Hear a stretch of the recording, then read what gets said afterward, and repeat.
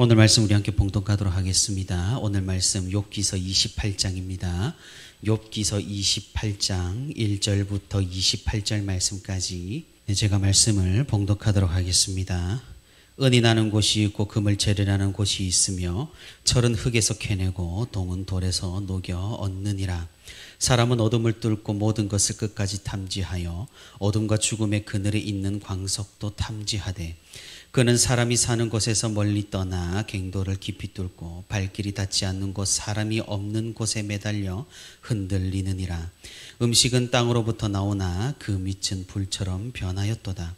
그 돌에는 청옥이 있고 사금도 있으며 그 길은 솔개도 알지 못하고 매의 눈도 보지 못하며 용맹스러운 짐승도 밟지 못하였고 사나운 사자도 그리로 지나가지 못하였느니라. 사람이 굳은 바위에 손을 대고 산을 뿌리까지 뒤엎으며 반석의 수로를 터서 각종 보물을 눈으로 발견하고 누수를 막아 스며 나가지 않게 하고 감추어져 있던 것을 밝은 대로 끌어내느니라. 그러나 지혜는 어디서 얻으며 명철이 있는 곳은 어디인고 그 길을 사람이 알지 못하나니 사람 사는 땅에서는 찾을 수 없구나. 깊은 물이 이르기를 내 속에 있지 아니하다 하며 바다가 이르기를 나와 함께 있지 아니하다 하느니라. 순금으로도 바꿀 수 없고 은을 달아도 그 값을 당하지 못하리니 오빌의 금이나 귀한 청옥수나 남보석으로도 그 값을 당하지 못하겠고 황금이나 수정이라도 비교할 수 없고 정금 장식품으로도 바꿀 수 없으며 진주와 벽옥으로도 비길 수 없나니 지혜의 값은 산호보다 귀하구나. 구스의 황옥으로도 비교할 수 없고 순금으로도 그 값을 헤아리지 못하리라. 그런즉 지혜는 어디서 오며 명철이 머무는 곳은 어디인고 모든 생물의 눈에 숨겨졌고 공중의 새에게 가려졌으며 멸망과 사망도 이르기를 우리가 귀로 그 소문은 들었다 하느니라. 하나님이 그 길을 아시며 있는 곳을 아시나니 이는 그가 땅끝까지 감찰하시며 온 천하를 살피시며 바람의 무게를 정하시며 물의 분량을 정하시며 비 내리는 법칙을 정하시고 비구름의 길과 우레의 법칙을 만드셨음이라. 그때 그가 보시고 선포하시며 굳게 세우시며 탐구하셨고 또 사람에게 말씀하셨더라. 보라, 주를 경외함이 지혜요 악을 떠남이 명철이니라. 아멘. 오늘도 이렇게 새벽의 시간에 하나님과 함께 동행하기 위해 새벽 기도의 자리에 나온 우리 모든 성도 여러분 진심으로 환영하고 또 축복합니다. 오늘도 우리 함께 말씀 듣는 가운데 또 말씀 붙들고 기도하는 가운데 하나님의 크신 은혜와 위로가 풍성히 있기를 주님의 이름으로 축복하고 소망합니다. 우리가 어제 살펴본 27장 새 친구의 말에 대한 욥의 종합적인 발언으로 기나긴 토론이 드디어 끝이 났습니다. 오늘 우리가 함께 읽은 28장은 중간정산이라고나 할까요? 지혜를 노래하는 간주곡이라고 우리가 얘기할 수 있을 것 같습니다. 어떤 사람은 이 28장을 욥의 친구 중 한 명인 소발의 말이라고 생각을 합니다. 그도 그럴 것이 새 친구가 발언을 한 번씩 하면서 3번을 반복해야 되는데 마지막 친구가 발언을 하지 않고 마지막 3번째 토론에서는 2명만 발언을 하고 끝이 났기 때문에 오늘 이 28장을 마지막 친구의 발언이라고 생각하는 사람이 있습니다. 하지만 그 내용을 읽어보면은 그렇지 않다라는 것을 우리가 생각을 해볼 수가 있습니다. 그래서 대부분의 신학학자들은 이 장을 욥기서를 쓴 저자에 의해서 삽입이 된 부분이라고 여깁니다. 그래서 조금은 뜬금이 없기는 합니다만 이 장을 통해 욥기서는 1장과 2장에서 욥에게 일어났던 사건과 그리고 3장부터 27장까지 길게 이어진 욥과 친구들과의 토론을 일단락 짚고 있는 것을 우리가 읽어볼 수가 있는 것이죠. 따라서 우리는 이 28장을 통하여서 역시 하나님은 어떤 분이신지 그분께서 우리를 어떻게 인도하시는지를 다시 한 번 더 종합적으로 살펴볼 수가 있는 것입니다. 28장을 자세히 살펴보게 되면 먼저 욥기서의 저자는 1절부터 11절까지 인간이 할 수 있는 위대한 일들을 이야기하고 있습니다. 생각해 보면 그렇습니다. 우리 인간 문명은 실로 대단합니다. 욥기서는 그 당시에 대단한 역사와 기술을 이야기하고 있지만은 지금 시대는 더 할 나위 없이 더 위대한 문명을 이루어냈습니다. 우리가 문명의 발전 정도를 측량하는 기준 두 가지를 생각해 본다면은 하나는 생산성이고 하나는 자동화라고 이렇게 생각을 해볼 수 있습니다. 과거부터 인류는 이 생산성 문제에서 골머리를 앓았습니다. 아무리 열심히 일을 해도 소비보다 생산이 뒤처졌기 때문에 인간의 삶에는 제약이 굉장히 많았습니다. 우리나라도 마찬가지입니다.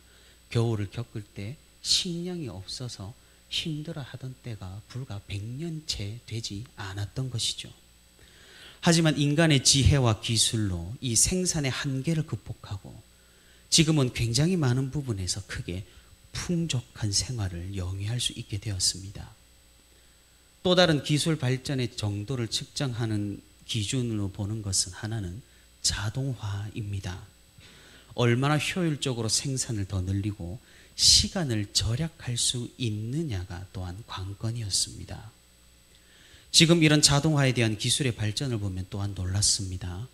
거의 인간 삶의 많은 부분에서 자동화가 이루어지고 있습니다. 과거 인간이 모두 수동으로 조작하던 것이 이제는 인공지능이 대체하기 시작했고, 어떤 연구에 의해서는 이제 미래 사회에서는 인간이 하는 일이라고는 기계 전원을 켜고 끄는 것뿐이라고 발표를 하기도 했습니다. 의료기술은 또 어떠합니까? 에이즈를 극복하고 암을 정복하고 있으며 바이러스 감염 또한 훌륭하게 대처했습니다. 정말 대단하고 놀랍다는 겁니다. 하지만 무언가 찝찝하기도 합니다. 그 찝찝함은 무엇일까요?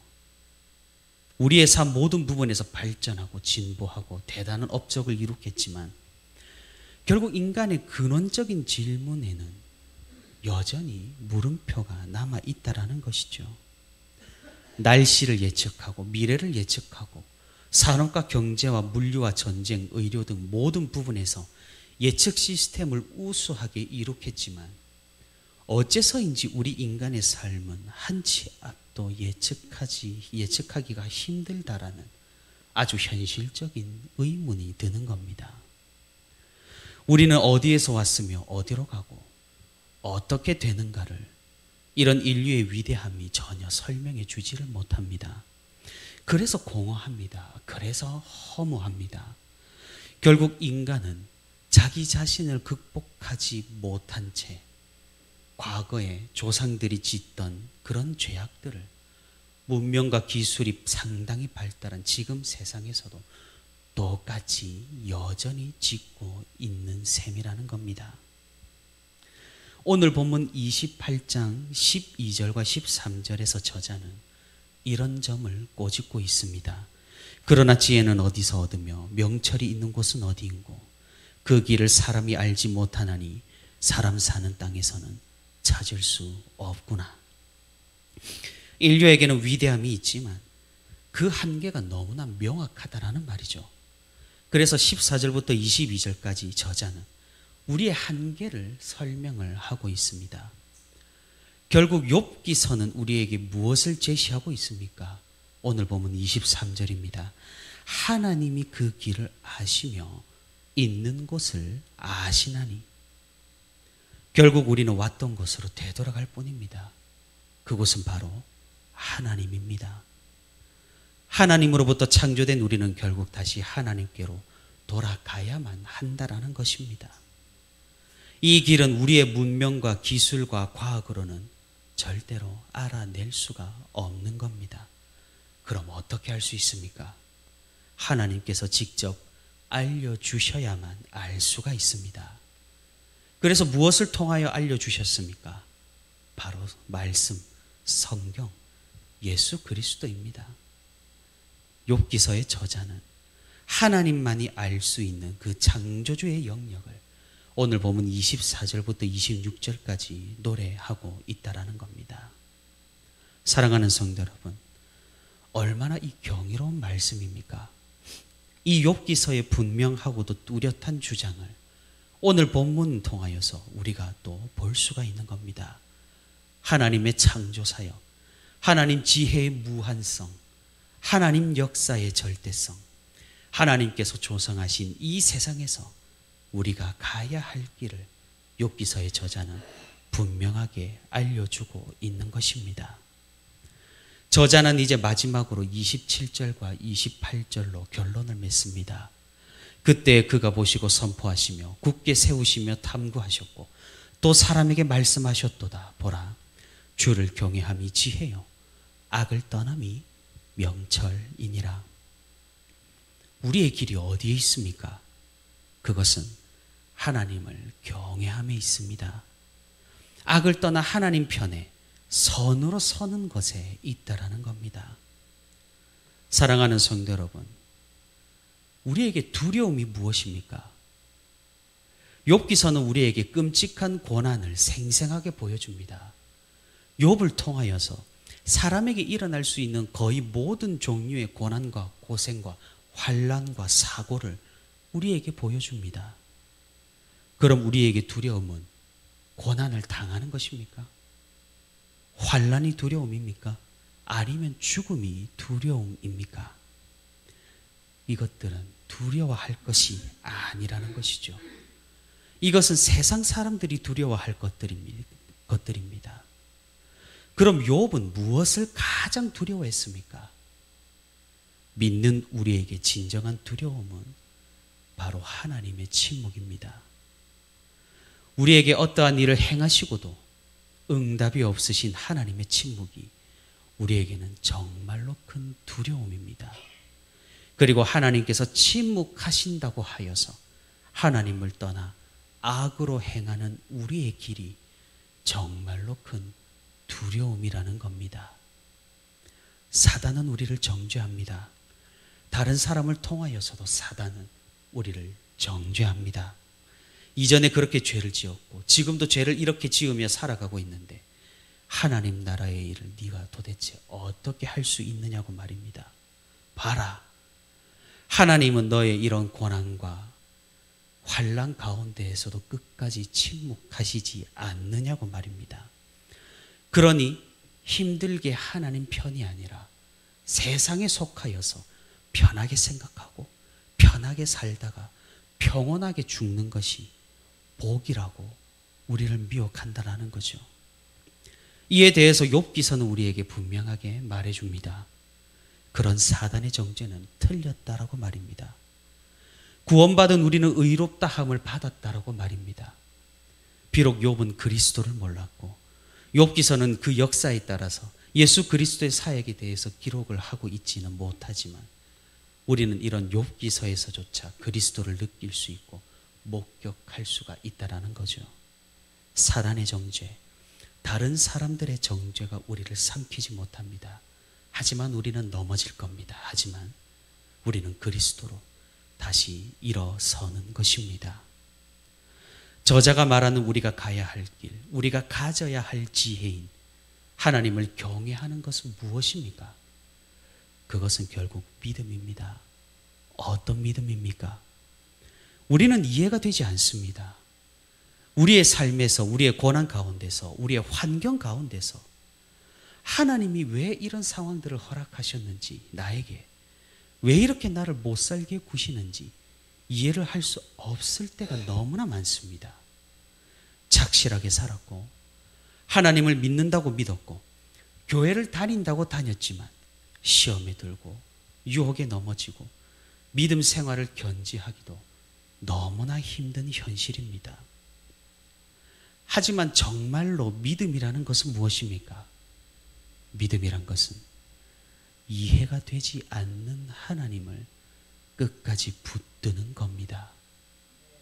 나의 지혜로, 나의 머리로, 나의 생각으로 하나님은 이해가 되지 않지만, 하나님이 이해가 되진 않지만 하나님을 경외함으로 그분의 지혜를 붙들고 그분의 생각을 붙들고 그분의 섭리를 따르는 것이 바로 믿음이란 겁니다. 이 세상에서 의인은 고난을 당합니다. 그래서 사람들은 말합니다. 왜 그렇게 고난을 당하면서도 왜 그렇게 하나님을 끝까지 믿느냐고 말입니다. 그래서 의인의 고난을 목격한 사람들의 반응은 크게 두 가지입니다. 하나는 욥의 아내처럼 하나님을 떠나버립니다. 그리고 또 다른 하나는 욥의 친구들처럼 그것은 죄악 때문이라고, 악하게 살아왔기 때문에 하나님께 심판을 받았다라고 절망하는 겁니다. 이것들은 정답이 아니라는 거죠. 그럼 의인의 고난에 대한 우리 그리스도인의 반응은 어떠해야 하나요? 그것은 하나님께서 우리에게 이 욥기서를 통하여서 친히 말씀하신 바 하나님의 지혜로 우리가 헤아릴 수 없는 이 신묘막측하신 이끄심으로 이해하고 여전히 계속해서 믿음을 견지하며 하나님 경외하기를 끝까지 해야 한다라는 것입니다. 이것이 저자가 말하는 우리 인간이 궁극적으로 가져야 할 지혜고 명철이라는 사실입니다. 사랑하는 성도 여러분, 우리가 이 믿음을 끝까지 견지할 수 있기를 바랍니다. 이해할 수 없는 상황 가운데에서도 믿음이 흔들리고 의심이 구름처럼 덮여오는 그런 위기의 순간에서도 우리가 이 욥기서의 교훈과 지혜를 기억하며 하나님을 끝까지 경외하는 믿음을 가질 수 있기를 바랍니다. 하나님께서는 우리를 사랑하십니다. 그렇기에 우리를 다양한 방법으로 인도하시는 것뿐입니다. 우리의 창조주 되시고 우리의 구원주 되시는 우리 하나님을 끝까지 믿으며 악으로 치우치지 아니하고 마지막 날까지 하나님 편에 서서 하나님의 영광을 위해 하나님의 나라를 위해 우리의 삶을 살아가는 우리 모두가 될 수 있기를 바랍니다. 오늘도 하나님을 경외하는 것이 지혜와 명철임을 다시 한번 기억하며 우리의 삶에서 좌로나 우로 치우치지 아니하고 사랑의 하나님을 사랑함으로써 이 믿음을 견지하는 저와 우리 부천시민교회 모든 성도가 되기를 주님의 이름으로 소망합니다.